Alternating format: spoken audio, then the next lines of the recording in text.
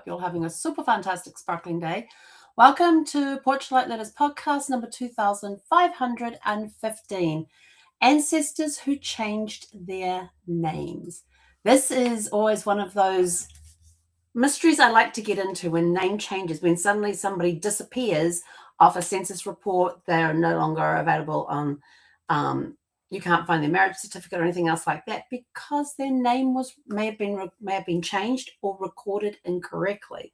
So then you got to pull on the thinking cap and think, what other versions of this name could there possibly be? And start searching those names. In my family tree, my mother-in-law has 27 versions of how to spell her last name. And these are all from records that we have found where we have found the different spellings. Not only have we searched everything online using the different spellings, we have come across records with those 27 different spellings in them. So we know that there is 27 variations recorded. There may be more. We don't know. We just keep looking and finding things everywhere and finding clues in other things, like somebody else's tree. They may have a different spelling on there. It could be looking through some records and you put a sound like thing on there and it comes up with different spellings that way as well. It's a lot of fun. It's a lot of fun and a lot of frustration. So totally, this is why researching genealogy, your family tree, is a marathon, not a sprint. And names are one of the first things we look for when researching family history. But one of the biggest surprises many genealogists encounter is discovering that an ancestor did not always use the same name throughout their life. Names changed for a reason. Some immigrants adopted a different spelling to make the pronunciation easier in a new country. Others translated their surname into a new language. Some chose a new name to fit in with to find work, to start over, or leaving difficult chapters of life behind. A lot of them, as they're coming into the for those that came in through Ellis Island and other ports of entry into America, it was not the officials who changed their names. Their names were as they came in on the paperwork that they had. After they left Ellis Island and the other Ellis Island's the most well-known one, but after they left Ellis Island or the other ports of check-in, entry into the United States, they then changed their names. They then anglicized their names more rather than having it stuck with a Russian name or a Lithuanian name, Ukraine, Jewish, that sort of thing, to help fit in with what was going on. Sometimes the changes were small. A single letter was added or removed. I know in my family, my last name is Ekins, E-K-I-N-S. I know that I've searched back to the 1700s on the Ekins name where it was E-A-K-I-N-S. In some variations, there is E-L-K-I-N-S. So it could be just that letter change. So that it is enough, but it is enough to make a difference. A surname spelled differently from one record to the next is another way. Like on this record, it's changed. I've got a great uncle who, on his birth record, it has one name, but on his marriage certificate, it has a different name. But then he's also written down there AKA and then what his original birth name was. On his death certificate, it has the name that he used on his marriage certificate. A nickname that eventually became a name used by the entire family is another way that you can get name changes in there. Other times, the change was significant enough that descendants struggled to connect the records to the same person. And yes, I have seen this different spellings and stuff and had to do some deep diving to find out, is this the person that I'm looking for? This is why it is important to think beyond exact spellings when researching family history. Sit down with the name and then come up with all the different variations of spelling. If you've got, it could be something as simple as there's three letters together that make a single letter sound. Maybe somebody put that actual letter in there so that it gave it a completely different spelling. They didn't give it the, say, a German spelling. They gave it an English spelling. So sit down with a piece of paper and a pencil and just write down all the different variations you can think of spelling that name. One of the names in my tree is Brazier. It's Brazier, B-R-A-Y-Z-E-R. Okay, you ready? B-R-A-I-Z-E-R. B-R-A-I-S-E-R,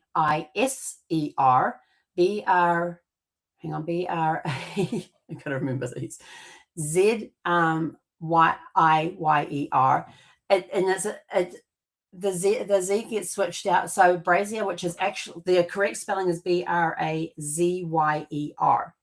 Brazier. But there's times that the Z gets switched out for an S, the Y gets switched out for an I, the Z and the I get to switch places. So there's all those different, look at those different spellings. Just sit down with a pen and paper and think of all the different, if you can't find them under the original, the exact spelling, start thinking, how else could this be spelt? Could it be a Z replaces an S, or an S replaces a Z? Could it be an I is replaced by a Y, or a Y is replaced by an I? Start looking at that. Could it be that a U is replaced by a W? Yes, I can tell you that has happened. What other ones have I got? So just look for those different spellings. Write down the word. How else could it be spelt? With Ekins, sometimes it's E-K-I-N. They leave off the S. They put an A in there. They put an L in there. It's, you got to look at the different spellings. So this is why when you're looking for a name and you can't find it, start looking for other spellings of that name. That's why it's important to think beyond the exact spelling when researching family history. So, if you've got a name like Smith, is it S-M-I-T-H or S-M-Y-T-H? Did you think of that one? I'm trying to think of some of the other ones that I've come up against. Has it gone from Smith to Smythe? Have they put S-M-I-T-H-E is another one, or S-M-Y-T-H-E? This is all for Smith. These are the different spellings that I have found in my tree. And I'm not just putting these spellings in there just for the sake of putting the spellings in there. I actually go and search them, and then we find the records. So this is how you come up with the records. You look at the different spellings of the name. Behind every name change is a person making decisions, adapting to circumstances, and navigating the world they live in. The name may have changed, the story did not. Our challenge for you today, your family history challenge, is choose one ancestor in your family tree, search for variations of their name. So write down their name and search for the different variations.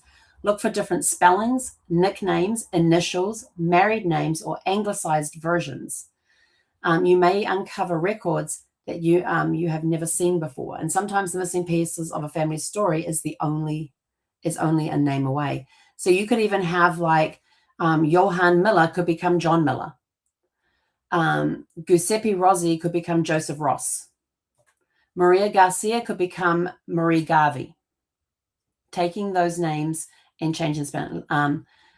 Levi with a Y, not an I. Cohen could become Lewis Cohen, C-O-E-N instead of C-O-H-E-N.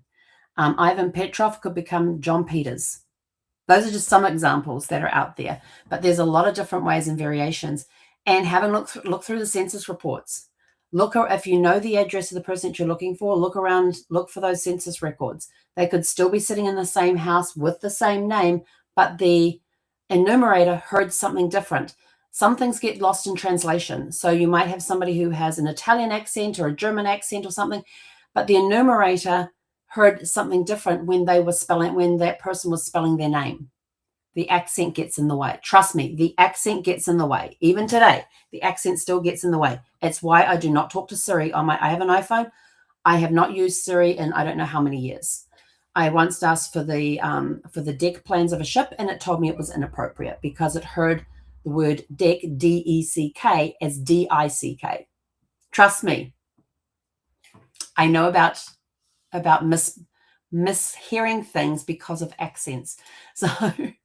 So go out, find one ancestor whose name that you've lost track of because their name may have changed. Sit down, write out the different variations of spelling, and start going looking for those variations and see what you come up with. Let us know in the comments what sort of things you come up with. What did you find? What did you discover? And if you need help, just come up here and scan this QR code and set up a 30-minute discovery call with us to help get you on the path with looking for alternative names. With that, we're out of here. Go out, have a super fantastic, sparkling evening, and we'll catch you back here tomorrow evening at 6 p.m. Pacific. Hei konera.